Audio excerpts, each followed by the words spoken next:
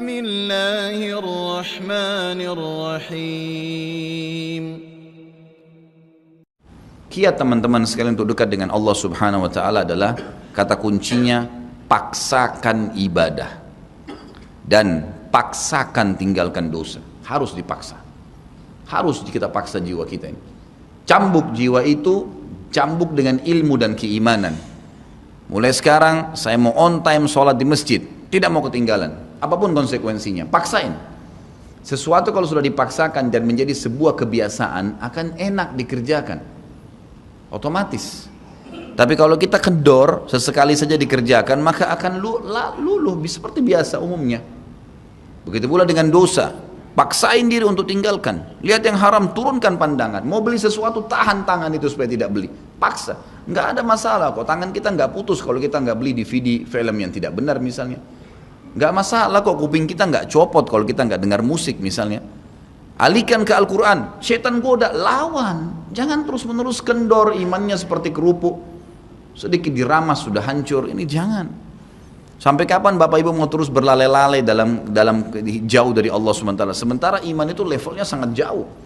Makin kental, maka makin terus, sampai para ulama mengatakan kenikmatan iman akan terus dirasakan oleh seorang hamba selama dia terus mendeteksi dirinya dan juga dia berusaha bermuhasabah setiap detiknya. Ini sudah ketaatan bukan? Ini sudah ketaatan bukan? Ada kemaksiatan ditolak sama dia, harus begitu. Dan harus kita mulai dengan diri kita sendiri dengan cara memaksanya. Gak bisa enggak. Kita kalau nggak paksa nggak mungkin. Harus Bapak Ibu sekalian. Orang lain telepon nanti kita atau lihat perubahan, kamu alimnya, ingat majelis ilmu seperti ini Bapak Ibu sekalian. Saya sering ulangi kalimat ini. Saya nggak datang jauh-jauh dari rumah saya ke sini untuk menghibur Bapak Ibu cerita dongeng atau hibur Bapak Ibu dulu sini sejam 2 jam. Ini bukan, ini kita sedang bahas wahyu. Wahyu ini penyampaian dari Tuhan, Allah pencipta langit dan bumi untuk membawa pada perubahan. Kalau Anda hadir di majelis ilmu dan Anda pulang setelahnya terasa, ya kenapa ya, saya kayak merasa ada beban nih, kayak saya merasa bersalah, kadang-kadang kita menangis. Itu semua peringatan dari Allah Subhanahu wa taala. Ambil, oh ini berarti kebaikan. Itu kebaikan. Karena Allah mau dengan perasaan itu kita berubah.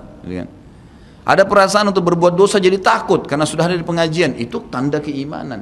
Termotivasi untuk mengerjakan ibadah, hadir lagi di majelis, iya. Begitu teman-teman lihat kamu alim ya sekarang, iya alhamdulillah, saya sangat bersyukur sama Allah. Jangan malu ucapin itu. Alhamdulillah saya berubah, saya merasa luar biasa, saya bersyukur sama Allah karena Allah masih bisa berikan keselamatan saya sebelum saya meninggal. Mudah-mudahan kamu juga bisa rasain ya keimanan saya. Motivasi dia supaya dia mau ikut. Ini enggak, kamu sekarang alim ya, masa pakai jilbab begitu, kenapa kamu pelihara jenggot, masa azan harus selalu ke masjid.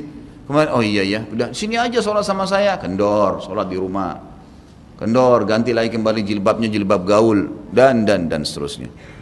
Ini sampai kapan kita mau tergoda nih kira-kira?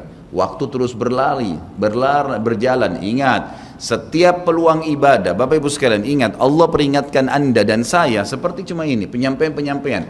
Dan kita yang mengubah diri kita. Tidak mungkin saya mengontrol Anda satu-satu di rumah Anda, atau tidak mungkin Allah Subhanahu wa taala menurunkan tangan dari langit. Tetapi Allah Subhanahu wa taala memberikan kepada kita penyampaian dan berikan hati nurani untuk bisa menyentuh hati nurani kita agar kita melakukan, ya, mengerjakannya. Harusnya begitu. Jangan pernah malu untuk berubah menjadi orang lebih baik. Yang malu itu kalau kita menjadi orang lebih buruk. Ingat, peluang-peluang ibadah yang Anda sudah sia-siakan, wallahi Bapak Ibu sekalian, demi Allah Anda akan sesali nanti. Di hari kiamat nyesal, ya Allah, kenapa dulu saya nggak puasa Senin itu ya? Nyesal, ya Allah, kenapa dulu saya nggak sholat tahiyat masjid ya? Saya malah duduk di depan masjid cuma ngobrol-ngobrol. Ya Allah, kenapa dulu saya nggak maksimal bacanya cuma surah pendek ya? Kenapa nggak surah panjang ya? Ini ibadah saja bisa kita sesalin, apalagi kalau dosa, malah lebih parah itu. Menyesalnya luar biasa, tapi nggak ada gunanya. Peluang-peluang ibadah yang Anda sudah sia-siakan tidak akan pernah bisa diperbaiki. Nggak bisa. Ini tadi kalau ada orang tidak ikut sholat sama kita berjamaah maghrib misalnya, kemudian mereka ikut di pengajian lalu merasa tersentuh, coba ya saya ikut dari awal ya. Memang betul, penyesalan bagus, tapi sudah dicatat dan tidak akan pernah berubah di buku amal. Pada hari itu, jam itu, sholat itu telat, pahalanya beda dengan orang yang awal waktu. Apa yang membuat dia telat? Ya dia sendiri, konsekuensinya. Jangan, ya gitu. Makanya motivasi Nabi SAW sangat banyak untuk mengerjakan sholat di awal waktunya, motivasi untuk di saf pertama, motivasi untuk tidak ketinggalan takbiratul ihram pertama imam, semuanya itu untuk menjaga hubungan dengan Allah Azza wa Jalla. Jadi untuk dekat dengan Allah harus memaksakan diri dalam ibadah dan harus memaksakan diri untuk meninggalkan dosa. Bagaimana tangganya untuk sampai ke sana? Ilmu, majlis ilmu. Hadir di majelis ilmu seperti ini Bapak Ibu sekalian, saya bukan mengatakan karena saya menyampaikan, siapa saja di antara teman-teman dai yang sampaikan, semoga Allah ikhlaskan niat kita semua, itu harus dihadiri, harus. Hadiri majelis ilmu akan mengubah kita. Kalau tidak, dengar, bawa Walkman, bawa headset, bisa dengar di HP kita. Sekarang bisa daripada kita nonton, orang banyak habisin pulsanya hanya nonton YouTube hal-hal yang tidak ada manfaatnya. Nonton ceramah tuh, dengarin sambil belanja, sambil macet di jalan, pasang headset di kuping, kemudian kita dengarin ceramah-ceramah itu. Tambah ilmu dengan ilmu, tidak ada kata cukup. Kata para ulama salaf, ilmu itu, ilmu syar'i yang merupakan tangga membawa kita kepada hubungan dengan Allah yang sangat baik, karena dengan keimanan akan muncul, iman akan muncul dengan ilmu itu, ya dia akan memberikan setengah hidupnya dengan cara kita membayar dia dengan seluruh hidup kita. Nggak bisa. Seminggu sekali itu nggak cukup, nggak cukup. Apalagi ada orang sebulan sekali, apalagi ada orang cuman kalau lagi ada waktu lowong, ini nggak bisa. Kita sibuk Bapak Ibu sekalian memberikan makan tubuh kita, makan makanan, minum macam-macam variasi, betul untuk fisik, fisiknya sehat, tapi ruhnya kurus, kerempeng, sakit, itu luar biasa. Tapi kalau kita balik, fisik kita yang biasa, cukup kenyang sudah, tapi ruh kita berikan kesehatan yang luar biasa. Orang kalau ruhnya yang sehat Bapak Ibu sekalian, semuanya jadi kecil buat dia. Julaibib radhiyallahu anhu, sahabat Nabi itu, saking kecilnya badannya itu sampai diangkat oleh Nabi SAW dengan satu telapak tangan karena kecilnya badannya. Tapi di perang ya Uhud dia bisa membunuh 7 orang kafir. Tidak ada hubungannya dengan kecil badannya, tapi ruhnya kuat, besar. Waktu Nabi SAW balik dari perang Uhud dan terkalahkan oleh orang-orang kafir Quraisy dengan hikmah Allah Subhanahu Wa Taala, semua sahabat waktu itu mati syahid 70 orang di Uhud, sisa 630 orang bersama Nabi SAW, semuanya terluka, dan minimal luka sahabat waktu itu minimal 7 luka, sabetan pedang, hantaman tombak, sobekan, pokoknya luka semua sahabat. Sampai ada sahabat sudah nggak bisa jalan karena kakinya sobek, punggungnya sobek, dinaikin di kuda, tiba di rumah tinggal dibaringin. Lihat bagaimana para sahabat mengetahui bagaimana hubungannya dengan Allah Subhanahu Wa Taala dengan ilmu yang sudah tertanam yang Nabi SAW tanamkan dalam hati mereka, bisa mengubah segala sesuatu.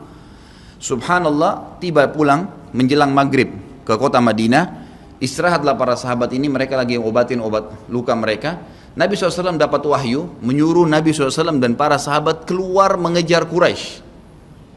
Quraisy ini jumlahnya waktu itu ya 1.000 orang, maaf 3.000 orang pasukan Quraisy, yang terbunuh cuma sekian belas saja mereka.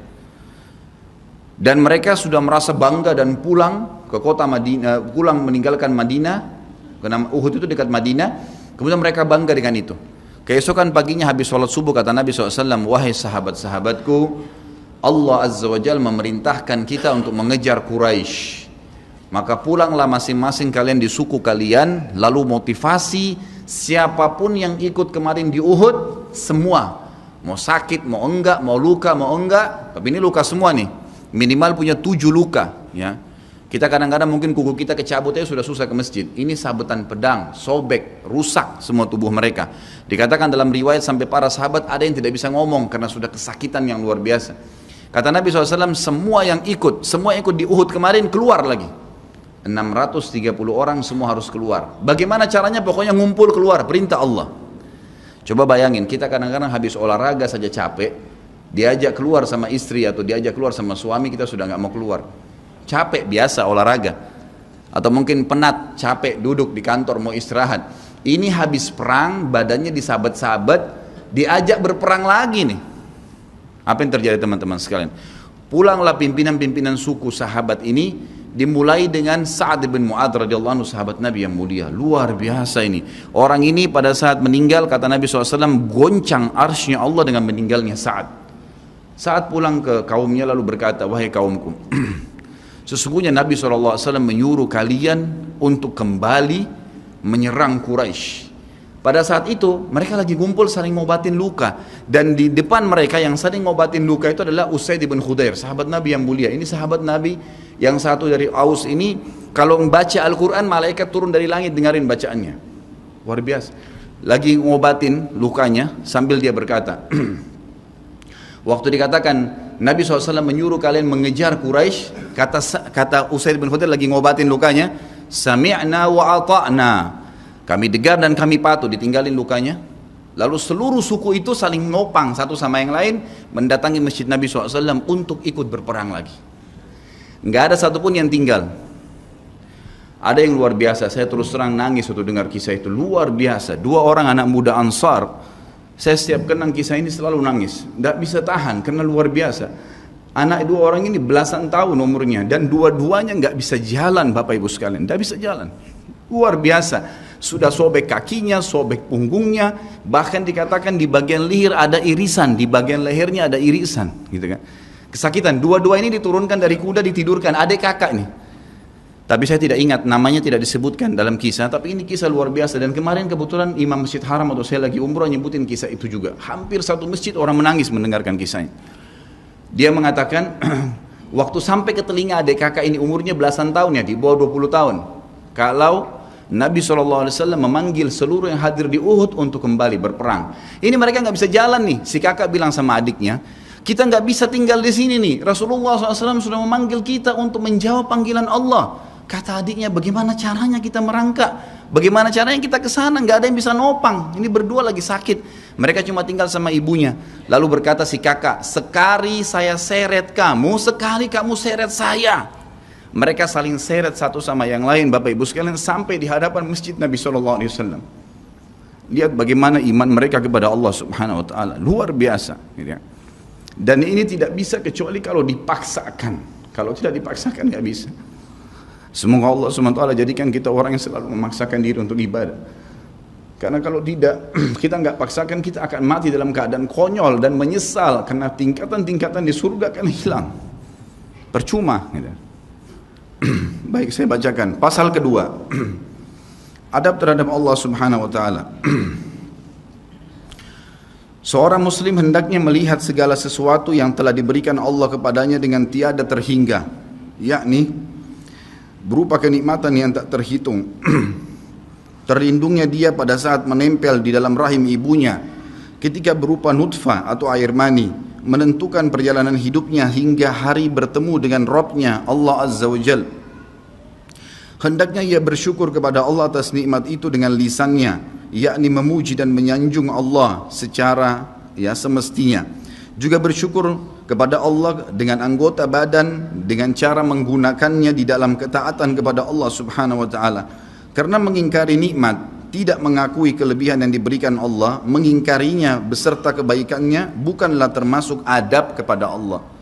Sebagaimana Allah berfirman dalam surah An-Nahl ayat 53, A'udzubillahi minasyaitonirrajim. Wa ma bikum min ni'matin faminallah. Dan apa saja nikmat yang ada padamu, maka itu dari Allah datangnya. Dalam surah An-Nahl ayat 18 Allah berfirman, A'udzubillahi minasyaitonirrajim, wa in ta'uddu ni'matallahi la tuhsuha. Dan jika kalian menghitung-hitung nikmat Allah, maka kalian tidak akan mampu untuk menghitungnya. Begitu banyak nikmatnya Allah, Bapak Ibu sekalian. Kita berbuat maksiat, pelanggaran-pelanggaran, tapi Allah masih bisa memberikan kita oksigen gratis. Cahaya masih bisa ditangkap oleh mata kita. Telinga kita masih bisa menangkap suara sehingga mengetahui apa yang diinginkan oleh kita. Setelah bertahun-tahun berbuat dosa, dengan taubat kepada Allah, Allah bisa ampuni. Itu luar biasa. Nikmat Allah tidak bisa terhitung. Rugilah orang-orang yang tidak menyembah Allah Subhanahu wa Ta'ala. Dan kalau seandainya, kata Ibnu Taimiyah rahimahullah, orang-orang yang bermaksiat kepada Allah itu tahu bagaimana nikmatnya keimanan yang ada dalam hati kami ini, sehingga kami bisa menangis dan kami bisa merasakan dekatnya dengan Allah, bahkan merindukan surga dan selalu merasa diri jauh dari neraka, maka niscaya mereka akan membelah dada-dada kami dan mengambil keimanan itu, karena mereka tidak akan pernah merasakannya. Keimanan akan membuat makanan sederhana menjadi mewah, tidur di tempat yang biasa akan menjadi nyaman, bahkan cobaan seberat apapun menjadi kecil buat kita karena keimanan kepada Allah Subhanahu wa Ta'ala. Dan itu sebuah nikmat. Itu hanya bisa dirasakan kalau kita betul-betul memaksakan diri beribadah kepada Allah Subhanahu wa Ta'ala. Allah berfirman dalam surah Al-Baqarah 152 dari selanjutnya, A'udzubillahi minasyaitonirrajim. Fadhkuruni azkurkum washkuruli wala takfurun. Ingatlah selalu aku, kata Allah. Selalulah berzikir, selalulah patuh, selalulah kerjakan ketaatan-ketaatan, nikmatilah yang halal, jauhilah yang dilarang, maka aku akan ingat kepada kalian. Bayangkan kalau seorang presiden mengingat kita, bagaimana bangganya kita disebut-sebut nama kita di hadapan orang-orang yang di sekitarnya. Bagaimana dengan Allah pencipta langit dan bumi yang mengingat kita. Dan bersyukurlah kepadaku dan jangan kalian mengingkari nikmat-nikmatku. Oleh karena itu, tidaklah beradab jika seseorang lari kepada sesuatu yang tidak memiliki tempat pelarian, bersandar kepada yang tidak memiliki kemampuan apapun, serta bertawakal kepada yang tidak mempunyai daya dan kekuatan. Allah subhanahu wa ta'ala berfirman dalam surah Hud ayat 56, A'udzu billahi minasyaitonir rajim, ma min dabbatin illa huwa akhidun binasiyatiha. Tidak ada sesuatu atau tidak ada suatu binatang pun melainkan dialah yang memegang ubun-ubunnya. Allah subhanahu wa ta'ala memegang semuanya. Harimau pun yang buas. Demi Allah Bapak Ibu sekalian, kalau anda minta kepada Allah, tidak akan bisa menerkam anda. Pasti itu. Api pun tidak membakar Nabi Ibrahim alaihissalam karena memohon kepada Tuhannya api itu.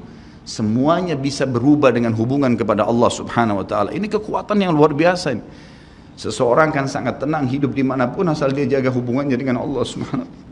Dalam surah Zariyat ayat 50 Allah subhanahu wa ta'ala berfirman, A'udzu billahi minasyaitonir rajim, fafirru ilallah inni lakum minhu nadhirun mubin. Bersegeralah kalian kembali kepada Allah, taatilah Allah. Sesungguhnya aku sebagai pemberi peringatan yang nyata dari Allah subhanahu wa ta'ala kepada kalian. Nabi SAW mengingatkan orang-orang Mekah pada saat mau turun ayat ini. Beliau mengatakan, wahai orang-orang Quraisy, apakah kalau saya mengatakan bahwasanya di luar kota Mekah ini ada pasukan yang akan menyerang kalian, kalian akan percaya apa yang saya ucapkan? Kata orang-orang Quraisy, tentu saja hai Muhammad, karena kami tidak pernah dengar kamu bohong sekalipun seumur hidupmu. Maka Nabi SAW segera menunggangi keadaan tersebut, mengatakan, wahai Quraisy, ketahuilah sesungguhnya saya utusan Allah dan di belakang saya ini ada azab yang menyedihkan. Jangan sampai kalian kufur. Jadi Nabi SAW sudah mengingatkan, ikutin ini, nikmatin apa yang diperintahkan, apa yang dihalalkan, jauh yang dilarang, kalian akan bahagia. Hanya itu saja perintah dari Allah subhanahu wa ta'ala. Nabi SAW sudah mengingatkan orang-orang Quraisy dan juga jadi pelajaran buat kita. Juga dalam firman-Nya surah Al-Maidah ayat 23, A'udzu billahi minasyaitonir rajim wa 'alallahi fatawakkalu in kuntum mu'minin. Dan hanya kepada Allah lah kalian harus bertawakal, mengembalikan semua urusan jika kalian benar-benar orang yang beriman. Sisi yang lain, seorang muslim juga harus melihat kepada kelemah lembutan Allah subhanahu wa ta'ala kepadanya di dalam setiap urusannya, melihat kepada kasih sayang Allah kepada dirinya dan seluruh makhluknya, lalu berkeinginan kuat untuk mendapatkan tambahan kelembutan dan kasih sayang itu, sehingga dirinya akan selalu merendahkan diri kepada Allah dengan kerendahan yang murni dan dengan doa, bertawassul kepadanya dengan perkataan yang baik dan amal soleh. Kalau kita lagi makan, syukuri alhamdulillah. Dan ingat teman-teman sekalian, saya pernah jelaskan juga, hati-hati dengan hukum syamata namanya. Syamata itu merendahkan orang lain. Kalau ada sesuatu yang tidak ada pada kita teman-teman sekalian, syukurlah kepada Allah subhanahu wa ta'ala. Jangan pernah sampai menghina orang lain, karena Allah meninggikan derajat kita justru dengan kita bersyukur. Kata Nabi SAW, kalau kalian lihat aib pada diri seseorang, ucapkanlah alhamdulillahilladzi afani mimma btala bihi wa faddalani ala katsiri mimma khalaqa tafdila. Segala puji bagi Allah yang telah menyelamatkan saya dari apa yang dicobakan kepada orang ini dan mendahulukan saya dengan kelebihan yang banyak dari makhluk-makhluk yang lain.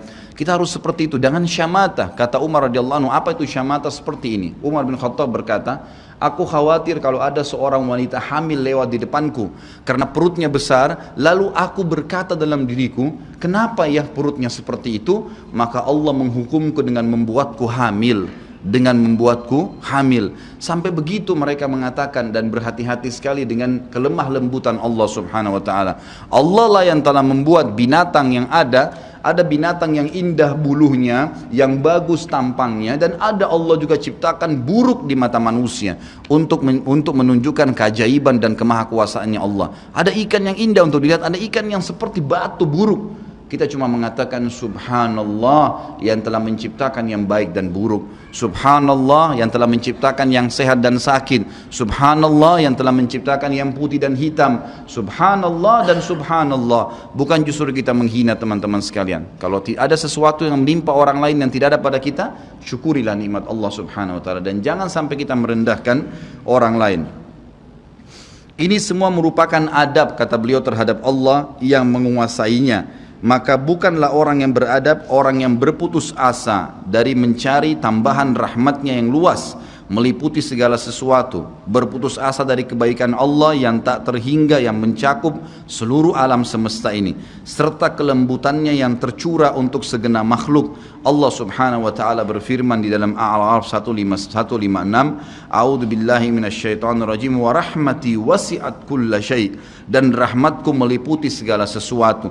Kata ulama tafsir, hewan pun kalau yang buas kemudian dia menerkam mangsanya lalu dia meminta maaf kepada Allah, maka rahmatnya Allah akan meliputinya. Seseorang membunuh orang lain pun sebagaimana masuk dalam sebuah hadis, Allah tertawa melihat dua orang yang saling membunuh, kemudian dua-duanya masuk surga. Lalu para sahabat bertanya, ya Rasulullah, bagaimana ceritanya dua orang itu? Kata Nabi SAW, yang satunya mukmin, yang satu kafir. Lalu kemudian si kafir membunuh si mukmin di kancah peperangan, mati syahidlah si mukmin tadi.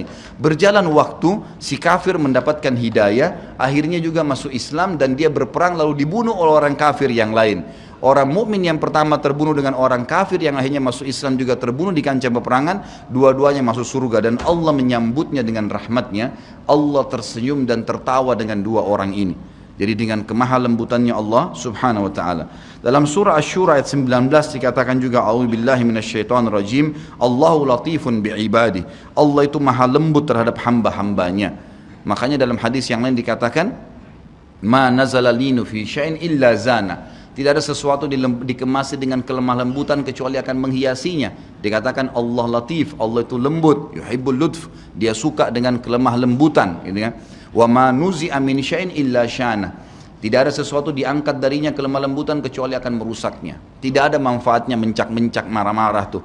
Emosi habisin waktu-waktu kecuali dalam pelanggaran agama saja. Tapi kalau bukan pelanggaran agama, maka jangan, tidak perlu semua. Dikatakan dalam hadis Bukhari, Nabi SAW kalau berhubungan dengan hak beliau urusan dunia, semuanya ditoleransi. Tapi kalau sudah berhubungan dengan hak Allah subhanahu wa ta'ala, barulah beliau tegas.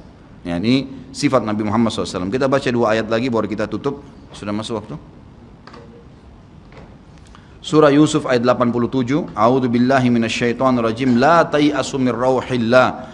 Janganlah kalian putus asa dari rahmat Allah. Sebagaimana hadis tentang orang yang membunuh 99 jiwa, kemudian dia datang kepada seseorang abid, orang ibadah tapi tidak punya ilmu. Apakah Allah masih akan ampuni saya? Dia mengatakan tidak mungkin. Kamu membunuh 99 jiwa. Lalu kemudian dia membunuh orang itu, kata Nabi SAW, digenapkan 100. Kemudian dia menemui seorang yang alim, lalu dia bertanya, apakah Allah masih ampuni saya dengan 100 orang yang sudah saya bunuh? Maka kata orang tersebut, tentu saja. Allah rahmatnya telah meliputi segala satunya. Allah akan terima taubatmu. Maka dia bertaubat. Pada saat dia bertaubat orang tersebut kepada Allah SWT, lalu dia mau pulang setelah bertaubat, lalu dia meninggal tengah jalan. Kata Nabi SAW, Allah mengutus dua malaikat, satu malaikat rahmah, satu malaikat azab. Malaikat rahmah akan membawa ruhnya yang memperlihatkan taman dari taman surga, dan malaikat azab memperlihatkan lubang dari lubang neraka. Maka datanglah malaikat yang ketiga menghakimi di antara keduanya, lalu kemudian malaikat ini mengatakan, yang datang ketiga yang menghakimi dua malaikat yang sedang memperebutkan orang yang tadi baru taubat ini, ukurlah jejak kakinya. Maka diukur, ternyata jalan menuju ke tempat taubatnya itu lebih satu jengkal kaki, ya, satu jengkal kaki saja. Maka dengan itu Allah masukkan dia ke dalam surga. 100 jiwa sudah dibunuh, teman-teman sekalian. Ini bukan main-main. Dosa yang sangat besar, tapi rahmat Allah sangat luas. Az-Zumar ayat 53 kata Allah subhanahu wa ta'ala juga, A'udzu billahi minasyaitonir rajim, wa la taqnatu mir rahmatillah. Jangan pernah putus asa dari rahmat Allah subhanahu wa ta'ala. Paragraf terakhir yang saya bacakan, nanti insya Allah kita lanjutkan setelah sholat ba'diyah isya. Seorang muslim harus melihat bagaimana dahsyatnya siksaan Rabbnya. Allah SWT maha lembut, tapi jangan lupa Allah azabnya sangat pedih.